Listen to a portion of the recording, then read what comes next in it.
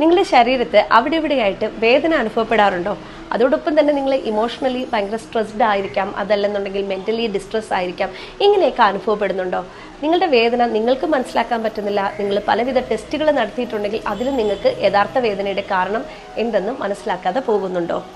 അത് മറ്റൊന്നുമല്ല, ഫൈബ്രോമയാൾജിയ തന്നെ ആകാനാണ് കൂടുതലും ചാൻസ്. ഈ ഒരു വേദനയ്ക്ക് വേണ്ടിയിട്ട് പല ഹോസ്പിറ്റൽസ് കയറി ഇറങ്ങുകയും പല രീതിയിലുള്ള ബ്ലഡ് ടെസ്റ്റുകൾ നടത്തുകയും പല രീതിയിലെ MRI നമ്മൾ എടുക്കുകയും ഒക്കെ ചെയ്യും. പക്ഷേ എന്നിരുന്നാൽ പോലും കാരണം നമുക്ക് കണ്ടുപിടിക്കാൻ പറ്റാതെ പോകുന്നു. പലപ്പോഴും ഇത് നമ്മുടെ കൂടെ ഉള്ളവർ പോലും നമ്മളെ മനസ്സിലാക്കാതെ കുറ്റപ്പെടുത്തും. നിനക്ക് എന്താണ് ഈ വേദന? ഒരു പ്രശ്നവും ഇല്ലല്ലോ, വെറുതെ പറയുന്നതാണോ? ഇങ്ങനെയൊക്കെ ഉള്ള ഒരുപാട് ക്വസ്റ്റ്യൻസ് കൂടെ നമ്മളെടുത്ത് എത്തുമ്പോഴത്തേക്ക് നമ്മൾ ഇമോഷണലി ഇനിയും വീക്കാവും. അതിനനുസരിച്ച് പെയിൻ കൂടുതലാവുകയും ആയിട്ട് കാണപ്പെടുന്നുണ്ട്. ഈ ബുദ്ധിമുട്ടുകൾ നിങ്ങൾ അനുഭവിക്കുന്നുണ്ടെങ്കിൽ അതിൻ്റെ ഒരു കാരണം ഏറെക്കുറെ ഫൈബ്രോമയാൾജിയ എന്നൊരു വില്ലൻ തന്നെ ആകാം. പഠനങ്ങൾ സൂചിപ്പിക്കുന്നത് നമ്മുടെ സെൻട്രൽ നെർവസ് സിസ്റ്റത്തിൽ പെയിൻ സെൽസിനെ ആക്റ്റീവ് ആക്കുന്ന ചില കെമിക്കൽസ് അധികമായിട്ട് പ്രവർത്തിക്കുന്നത് മൂലം ശരീരത്താകമാനം ഉണ്ടാകുന്ന ഒരു പെയിൻ ആണെന്ന് പറയുന്നുണ്ട്.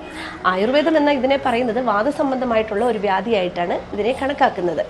എന്തായിരുന്നാൽ തന്നെയും ജനറ്റിക്കൽ ഫാക്ടേഴ്സ്, നമ്മൾ ഇമോഷണലി ഉള്ള സ്ട്രെസ്സ്, ടെൻഷൻ, ആൻസൈറ്റി, ഡിപ്രഷൻ ഇതൊക്കെ കൂടുന്നതിനോടൊപ്പം തന്നെ ഫൈബ്രോമയാൾജിയ കൂടുന്നുണ്ട്. അതോടൊപ്പം തന്നെ നമ്മുടെ ഗ്യാസ്ട്രിക് ഇഷ്യൂസ് ഉണ്ടാക്കാനായിട്ട്, ദഹന സംബന്ധമായിട്ടുള്ള പ്രശ്നങ്ങൾ ഉണ്ടാക്കാനും ഒക്കെ ഇത് കാരണമാക്കുന്നുണ്ട്.